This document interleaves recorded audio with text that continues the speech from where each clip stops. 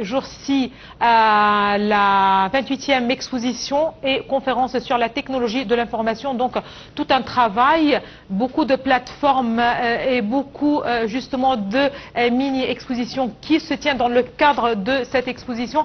Tout d'abord, quel regard vous portez sur cette exposition qui est la plus importante au Moyen-Orient et qui reflète certainement l'intérêt apporté par l'Égypte à la technologie de l'information?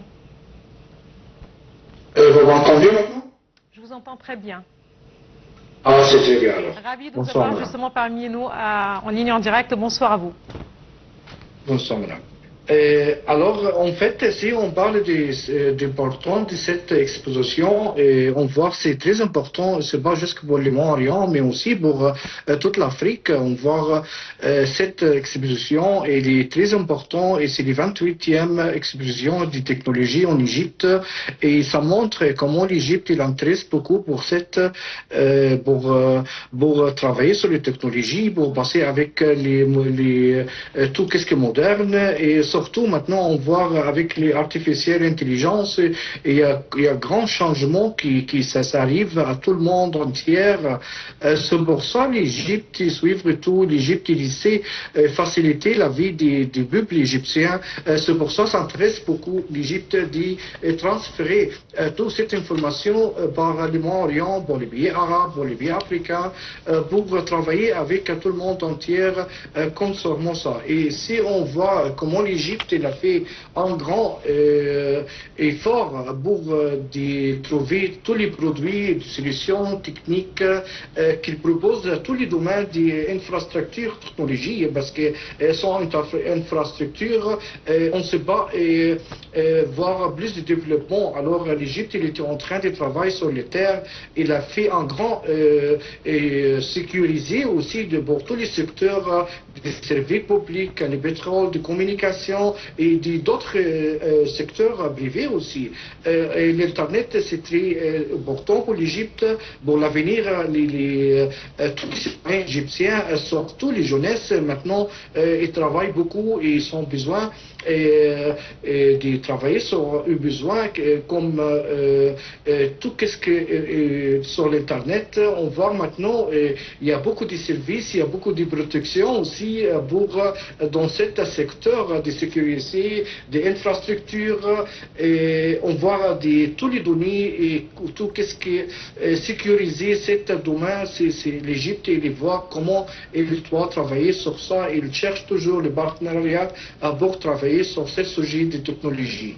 Mais on voit aussi comment l'Égypte est fort dans les domaines numériques pour changer tous les domaines. On voit qu'il y a plusieurs plateformes égyptiennes pour les services des peuples égyptiens. Alors ça montre comment il y a un changement des comptoirs privés à chacun. Et là maintenant, il peut entrer dans le système de trouver des services. Et ça va faciliter beaucoup et pour gagner le temps pour tous les citoyens et aussi les gouvernements. Et c'est pour ça que l'Égypte investit beaucoup sur cette sujet de technologie.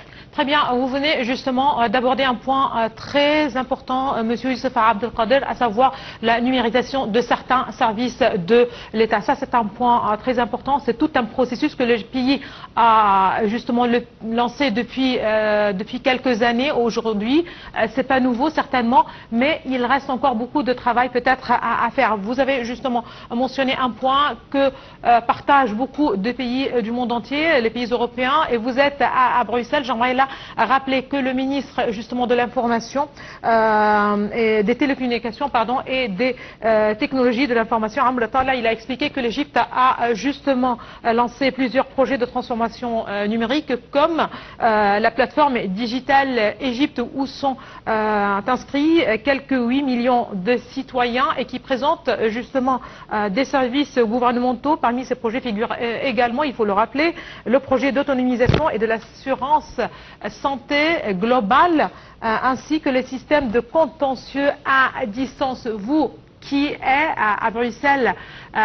à Bruxelles, aujourd'hui, comment voyez-vous cette transformation numérique, tout ce processus dont l'Égypte s'est lancée au cours des dernières années et qui a justement réalisé des pas assez importants? Bien sûr, si je regarde ici à Bruxelles, les capitales d'Europe, comment maintenant tous les systèmes numériques, comment on peut, comme citoyen, d'entrer dans tous les services pour savoir direct les services, pour faire toutes les demandes. Et ça, c'est exactement qu'est-ce qui se passe maintenant avec toutes les plateformes égyptiennes. Et c'est le même service. Et on voit maintenant avec les publics, bien sûr, on voit un grand changement et les gens qui viennent plus numérique, digital, ils cherchent toujours les facilités pour gagner le temps. Et ça, c'est le but, en fait, que les gouvernements égyptiens qui investissent beaucoup dans les systèmes, comme on dit, les plateformes d'Égypte. Il y a des autres aussi plateformes. C'est pas juste pour les Égyptiens d'Égypte, je veux dire aussi pour les Égyptiens à l'étranger aussi. Tout y change, tout maintenant, tous les services, ça facilite beaucoup de temps et pour l'entrée de tous les Égyptiens, tout le monde. Et alors, si on parle maintenant, et c'est vrai, il y a beaucoup de travail à faire. Et on a déjà commencé, le président Abdel Fattah el-Sisi, il a lancé une grande initiative, c'est une vie décente, et ça c'est pour développer toutes les campagnes égyptiennes, et ça montre que l'Égypte est vraiment intéressant pour donner les services de toutes les populations, dans tous les villages. Et alors, ça ils ont besoin aussi d'Internet, c'est pour développer dans les Égyptiens, il faut voir les bons services. C'est pour ça il y a cette initiative. Ça travaille sur beaucoup de points, même dans les points numériques et digitales. Et ça montre que l'Égypte intéresse beaucoup avec les technologies, avec tout ce qui se passe dans tout le monde entier. Et c'est pour ça que l'Égypte organise toujours, jusqu'à maintenant, les expositions du Caire ICT 24. Maintenant, on voit comment il est très important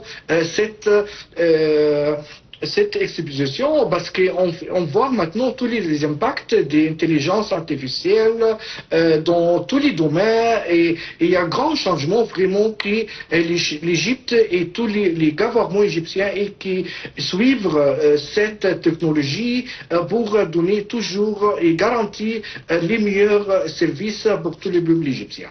Très bien, conférence et exposition, dont tout ce qui est nécessaire pour débattre de la technologie de l'information, de l'évolution que connaît le monde entier dans ce domaine, qui n'est pas du tout un domaine facile, voilà, et dont l'évolution est continue et perpétuelle.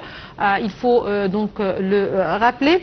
Dans ce contexte, c'est cette édition qui a pour thème The Next Wave, ou la vague prochaine, la prochaine vague, si vous le voulez bien. Donc on parle de tout de ce qui est en rapport avec les nouvelles technologies, donc une exposition qui explore les nouvelles technologies, si vous le voulez, les solutions intelligentes et l'innovation dans le domaine des blockchains, ou les systèmes de base de données en forme de chaîne.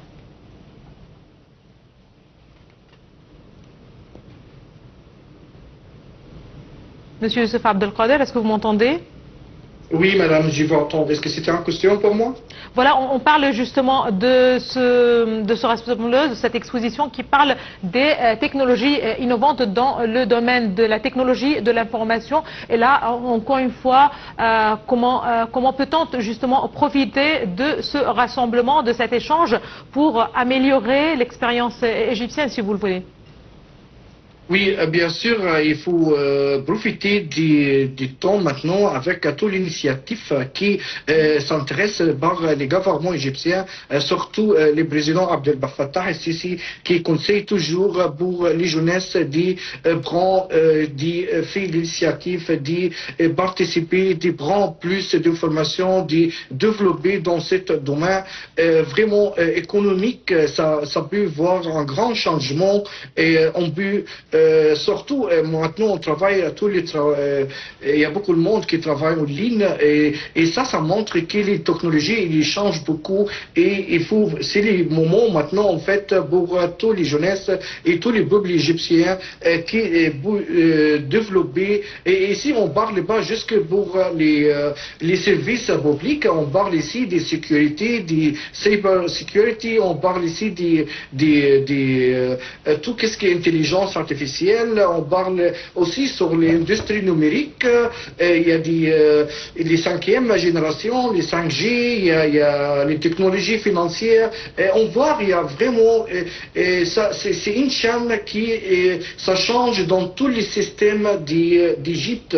Si on regarde aussi pour l'employeur qui travaille à la Banque centrale ou à la Poste ou dans tous les domaines différents, ils ont toujours besoin, même les pétroles, les infrastructures, tous les domaines d'Égypte ont besoin de faire un grand développement dans les technologies. C'est pour ça, c'est le bon moment pour le secteur privé aussi d'entrer dans ce domaine, d'investir et savoir les partenariats avec tous les grandes sociétés internationales. Il y a tout le monde intéressé par l'Égypte maintenant. L'Égypte est trop bien située pour un grand marché de technologies, soit africain ou Moyen-Orient.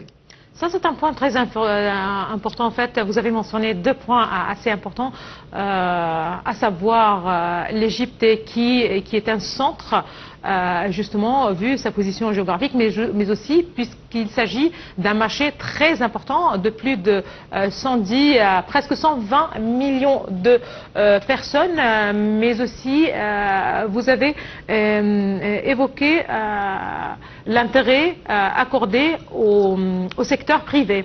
Voilà, ça aussi, c'est un défi, mais aujourd'hui, avec un pays comme l'Égypte et qui essaye d'aller de pair avec les technologies les plus importantes, vous avez aussi rappelé l'intelligence artificielle qui gagne du terrain. Quel est le défi pour l'Égypte selon vous ? Bien sûr, les défis ça reste toujours bien sûr, avec toutes les crises maintenant dans le monde entier, l'Égypte travaille toujours, mais quand même, il y a toujours les défis pour prendre plus et pour passer toute l'information, bien sûr, à tous les peuples. Parce que si on voit maintenant, ça doit être c'est initiative personnelle, c'est les gens qui doivent prendre l'initiative de prendre plus d'informations pour prendre les technologies, pour prendre du développement. Les gouvernements, bien sûr, plus facile, toujours faciliter les services, mais c'est les gens qui doivent prendre des initiatives eux-mêmes. Si on regarde, on a suivi aujourd'hui aussi les visites son première, monsieur Madbouli et comment il a fait son visite dans l'exposition. Et il y avait plusieurs sociétés et vraiment qui entrent dans ce domaine, qui montrent, qui ont pu toujours prendre les technologies pour installer des grandes fabrications comme pour faire les GSM, les crans, les TV, il y a plus de technologies maintenant en Égypte. C'est pour ça il faut vraiment les citoyens égyptiens qui savent que le monde change maintenant pour choisir les formations ou l'école ou l'étude. Il faut vraiment choisir toujours quelques études qui est la lien avec les technologies. Si on voit aussi des initiatives des universités ou de l'école des WE, ça montre que dans les domaines des GSM aussi, dans les domaines d'Internet, on a besoin toujours les manœuvres qui sont de l'expérience, ils ont fait l'étude spécifique dans les domaines spécifiques comme les technologies. Parfait, merci beaucoup à vous, Monsieur Youssef Abdelkader. Vous êtes journaliste, vous êtes à Bruxelles. Merci beaucoup pour toutes ces précisions. On reste avec le même dossier. J'aimerais juste rappeler que conformément à la vision 2030 de l'Égypte et justement à la stratégie de la transformation, numérique de l'Égypte. Le ministère des Communications et des Technologies de l'Information s'est lancé justement dans la construction de l'Égypte numérique. Numérique donc est une vision et un plan global posant les bases de la transformation de l'Égypte en une société numérique.